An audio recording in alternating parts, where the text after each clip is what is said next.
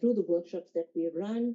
And, in recent times, we've also, Ms. Diela mentioned the SANLIC agreement. So what we are doing through that agreement is partnering with the publishers that are offering those incentives in terms of the APC.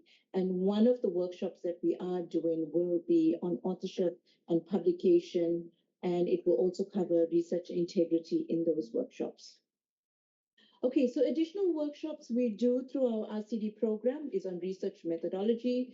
We cover both designs, qualitative and quantitative.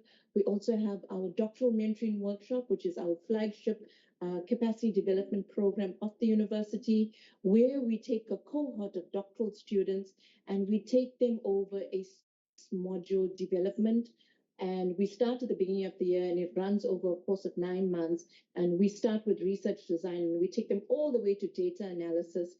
And we even teach them how to use statistical software programs like SPSS and NVivo. As you know, the university has licenses for SPSS and NVivo, and you as a postgraduate student have access to that. But it's not good enough for you to have the access. You also have to know how to use the program, how to use the software, how to input your data into the software. Because you remember with statistical analysis, when you are doing that, garbage in equals garbage out. You have to know how to mine the data. And when you submit it into a software program, and the data that you are going to have out of it has to be of the highest integrity. So we teach you how to use these programs. In terms of SPSS, you'll be able to get that from the library. One of the postgraduate librarians will be able to help you get access to the latest software for SPSS. With NVivo, we actually administrate that. We have taken ownership through the research director for that. And Mr. Edzani Novondo is your contact person. If you need a copy of NVivo, you've got to email him and he will link you up with the download. And we have full access at DUT. We pay for a site license. So if you are doing qualitative analysis, we encourage you to get a hold of the software instead of outsourcing it to an expert. We encourage you as a postgraduate student, as one of your skills, learn to use the software. Okay, so another one of our partnerships, we're very strong on partnerships, especially with our DUT strategic vision. So we have a very long-standing, strong partnership with the postgraduate librarians at DUT. And I must say, I'm so glad that we've actually established this partnership with them. And I think it's over a decade long, because we've managed to when we were looking, a simple thing like looking for a venue for this event. As you know, DUT is undergoing major construction, and we were looking for a venue for this event. And then we said, let's try Research Commons. And colleagues and postgraduate students, you have to admit that this is a beautiful venue. So kudos to the Research Library for having this venue. Another workshop that we do, so we do a series of partnerships with postgraduate librarians. EndNote for academic writing. This is a referencing software. And colleagues, if you are not doing research all the time, you must reference whatever you take. This is such an important tool to have. And most of the times, the only time you find that you'll be using EndNote as a referencing software is when you're doing your dissertation and your thesis. Beyond that, you won't be using it. Forget how to use it. So we run programs with the postgraduate librarians during the course of the year, during the semester, where Ms. Sarah Mita will actually run these workshops for you, teaching you how to use EndNote referencing. And this is such an important tool because it makes your life as a postgraduate student that much easier. The difficult way would be to go into Google Scholar, put in the title of the article, get it, copy the reference in Harvard format, and paste it into your document. Considering that you might have over 150 references, that's a lot of work to do.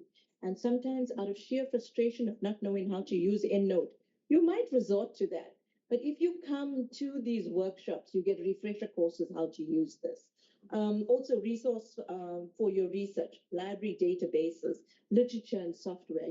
I always say as a postgraduate student at master's and doctoral level, the postgraduate librarians are your best friends because they are an encyclopedia in themselves because they have so much of information, so much of resources, and so much of skills to impart to you.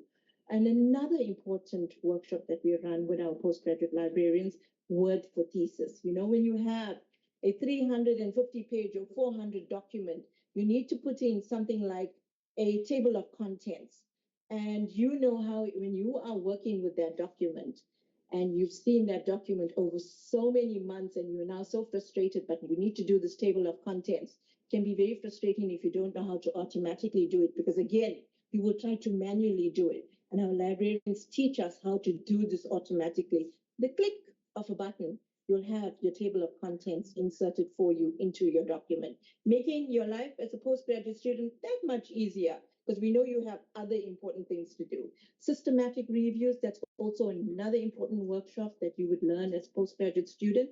And then I spoke to you about our SANLIC partnerships. So we have partnered recently with the publishers like Wiley, Taylor and Francis, Elsevier, Scopus. We are in talks with them to run workshops since we have this agreement with the 26 universities. We want to run workshops to create awareness for you. And also, while we're creating awareness for you about these agreements, we also want to teach you different skills, specifically around authorship, about research integrity, when you are publishing, how you can start publishing. So we have quite skilled partners that are willing to partner with us at no cost to the university and provide the skill for you. So do watch Pinboard and also your research.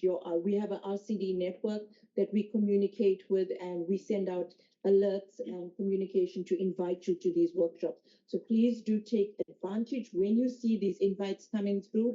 And most of the times we find that when we are having workshops, if we can find a venue, we will have a event like this, or we take them online. And when we take them online, we find that we reach a far wider audience. More people can attend. So we have done that where we've done online workshops and we do face to face. Okay, so in terms of funding for postgraduate students, as you are aware, there is conference funding that we have through our RCD office. We administrate this. If you are going to a national conference, the maximum amount you can apply for is 15,000 rands for a national conference. And the criteria here is that you must be doing an oral presentation. If you come to the committee for the first time you are applying, there's no strings attached. We will fund you. Provided you have an oral presentation, provided the conference is within South Africa, we will fund you for 15,000. But if you were to come back to us a second time, we put a condition to the grant that we give you. We say that you must publish one journal article with the DBT affiliation if you are coming back for funding for a national conference. So, colleagues, for international conference funding, as a postgraduate student, you're also eligible to apply for this if you meet the criteria for funding. And the criteria for funding for international conference funding is that if you are applying for international conference funding for the first time, you must show that you have presented at a national conference. And the reason why we do that is that we want you to have exposure to a platform for conference presentation. As a postgraduate student, we don't want your first conference presentation to be at an international level. We find that we'll be doing you a disservice and we'll be doing the university a disservice if we throw you into the deep end and say to you, go and present at an international conference. So we insist that you must show a record of presenting at a local conference first before we consider you for an international conference. Then we also look that if we funded you for a national conference, did you produce a journal article with the university's affiliation? So we look at those kind of criteria when we are looking to assess your application for funding. So in terms of developmental grants, the conference funding is one of the grants that we find that is on a competitive basis where you must meet a certain criteria before we say we're going to fund you, before the committee decides that they're going to fund you. Also, for postgraduate students, we've introduced something very lately. Remember, from COVID times 2020 to now, we've evolved slightly and we have some funding available through the University Capacity Development Grant for mobility grants. So for postgraduate students, mobility grants, if I can explain this to you, this is an opportunity for you to learn and train at an institute, at a university that has facilities that are not readily available at the university. So we encourage that. Beyond the internal funding instruments that we have for mobility grants, you will find through the international office, they also have funding instruments through the Erasmus mandate. And I'm sure some of you would have heard that, and you would have got notification through your student inboxes in terms of what is available. As a postgraduate student, I would encourage you, if you get an opportunity to do a mobility program in another country, it is so important for you to take advantage of that, because as a postgraduate student, it has the possibility to open up a worldview for you beyond what is DUT, beyond what is KZN, beyond what is SA. It really does open your eyes. It really does give you a worldview. Okay, so my presentation is short. So through the RCD division, we continue to make stellar achievements at DUT through our publication opportunities, through our provision of grants, and through our training opportunities. And we try to do this all in one academic year. So at the beginning of the year, when we plan ideally to have at least 30 postgraduate workshops in terms of capacity building. But we find as the year goes along, we add more workshops in where we have more partners that come in and say to us, we want to offer this to DUT, so we continue to offer it to you. There's so much of opportunities that we have available for your capacity development. And we encourage you that when you see these notifications, to actually take us up on that offer and come over and develop your skills, because all of you have potential. You're all scholars in the making. You're all next generation of researchers and academics at the university. You need to up your skill. You always have to be current. You always have to be on top of your game. Okay, thank you.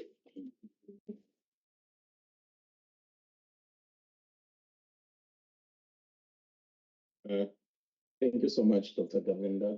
Do we have questions?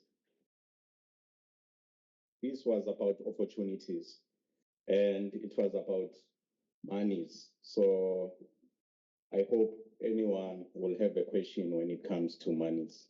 If you don't have a question, which means you're not interested in getting some funds or money. Do we have a question online? Yes.